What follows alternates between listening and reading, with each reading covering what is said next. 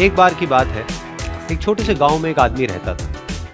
उसके घर के पास में एक पहाड़ था, जहां पर वो रोज सुबह जाता। उस पहाड़ पर थोड़ी देर के लिए वो बैठता, फिर वापस आ जाता। तो रोज की तरह वो सुबह सुबह जा रहा था। पीछे से उसका छोटा सा बेटा आया। उसने आकर के उसका हाथ पकड़ लिया और कहा कि आज मैं भी आपके साथ चलूंगा।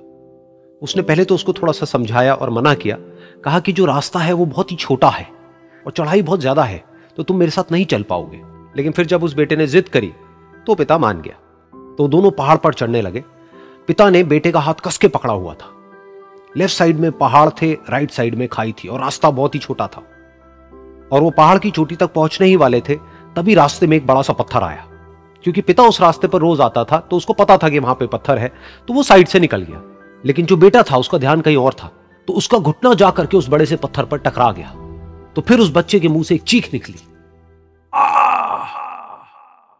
और जैसे ही वो चीखा, उसकी आवाज उन पहाड़ों में गूंजने लगी। इससे पहले उस बच्चे ने कभी भी अपनी आवाज की गूंज नहीं सुनी थी, तो उसे समझ नहीं आया कि क्या हो रहा है। वो अंदर से थोड़ा सा घबरा गया। उसे लगा कि शायद कहीं कोई है जो छुप करके उसको देख रहा है और उसका मजाक उड़ा रहा है। फिर उस बच्चे ने बोला, कौन हो तुम? कौन हो तुम? तो जब उस बच्चे ने इस गूंज को सुना, उसे गुस्सा आ गया। उसे लगा कि कौन है ये जो मेरा मजाक उड़ाए चले जा रहा है। फिर उसने गुस्से से कहा, मैं तुम्हें छोड़ूंगा नहीं।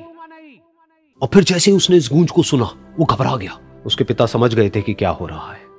उसने अपने पिता का हाथ कस के पकड़ लिया और उनसे पूछा, कौन है ये जो मुझे इतना तंग कर रहा है? कौन है ये जो मुझे इतना डरा रहा है? तो उसके पिता थोड़ा सा मुस्कुराए और उन्होंने खाई की तरफ देखा और जोर से बोला, मैं तुमसे बहुत प्यार करता हूं। ये सुनकर वो बच्चा हैरान हो गया। उसे समझ नहीं आया कि हो क्या रहा है, कि वही इंसान जो उसका मजाक उड़ा रहा है और उसको तंग कर रहा है, वो उसके पिता को बोल रहा है कि मैं तुमसे बहुत प्यार करता हूं। तो उसके पिता ने अपने बेटे को देखा और वो समझ गए कि उसके मन में क्या चल रहा है। और फिर दोबारा उन्होंने बोला, तुम बहुत अच्छे हो। और ये सुनकर उनका बेटा भी थोड़ा सा मुस्कुराया और पूछा अपने पिता से कि ये क्या हो रहा है। और फिर उसके पिता ने अपने बेटे को समझाया, ये जो आवाज तुम सुन रहे हो ना, ये किसी और की नहीं है, ये तुम्हारी ही आवाज है जो कि पहाड़ों में गूंज रही है और तुम्हें अपनी ही आवाज सुनाई दे रही है। जैसा तुम बोलते हो ठीक वैसा ही तुम्हें सुनाई देता है। अगर तुम गुस्से से कुछ कहोगे तो पलट करके जो आवाज आएगी उसमें भी गुस्सा होगा, लेकिन अगर तुम कुछ अच्छा कहोगे तो वो आवाज भी अच्छी होगी। बिल्कुल इसी तरह से हमारी जिंदगी में भी होता है।